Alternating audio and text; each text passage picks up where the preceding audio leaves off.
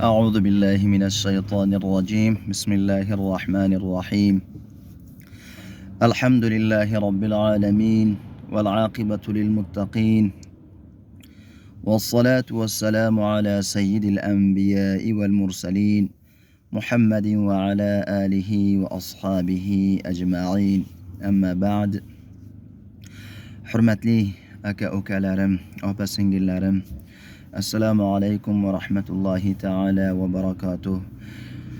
Har yerga bo'lsangiz sog', salomat va baxtiyor yashab yurgan bo'lsangiz, azizlar, qadrdon mehribonlar,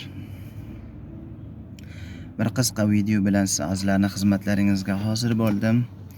Albatta Mulk surasining to'g'risida, Ixlos surasining to'g'risida va hamda tasbih aytish to'g'risida birozgina yorqinlik tashlayman. Umid qilaman ushbu videoni diqqat bilan tinglab tomosha qilsangizlar. Azizlar, har oqshom uxlamasdan oldin Mulk surasini o'qinglar.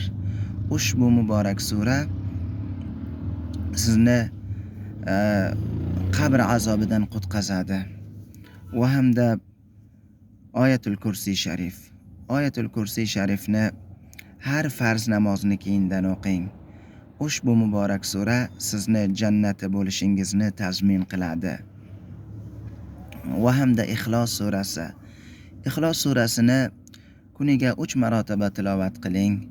Ushbu muborak sura mukammal tariqada Qur'oni Karimni xatm qilganingizni savobini beradi.